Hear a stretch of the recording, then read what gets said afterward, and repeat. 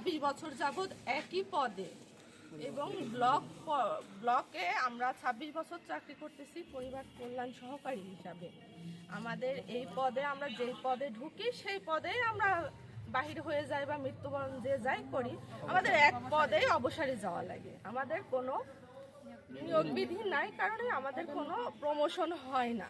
এই সরকার যেহেতু বৈষম্য বিরোধী একটা সরকার, আমরা চাই আমাদের যেন আর এই বৈষম্যের ভিতরে তারা না রাখে এবং এই বৈষম্য যেন তারা খুব দ্রুত দূর করে। আমাদের নিয়োগ বিধি আমাদের যেটা প্রাপ্য আমাদের যেন তারা বুঝাইয়া দেয় এবং আমাদের যদি এই নিয়োগ বিধি না দেয়, যতদিন আমাদের নিয়োগ বিধি না দেবে, আমরা গেজেট না দেওয়া পর্যন্তই কর্মবিরতি বহাল রাখবো এবং আমরা রিপোর্ট তো বন্ধ করছি, আমাদের 6 তারিখ থেকে সেবা সপ্তাহ আছে, আমরা সেইটাও বর্জন করতেছি এবং আমাদের পরবর্তী যদি কেন্দ্র থেকে কোনো নির্দেশনা না আসা পর্যন্ত আমরা এখানে অবস্থান কর্মসূচি পালন করব।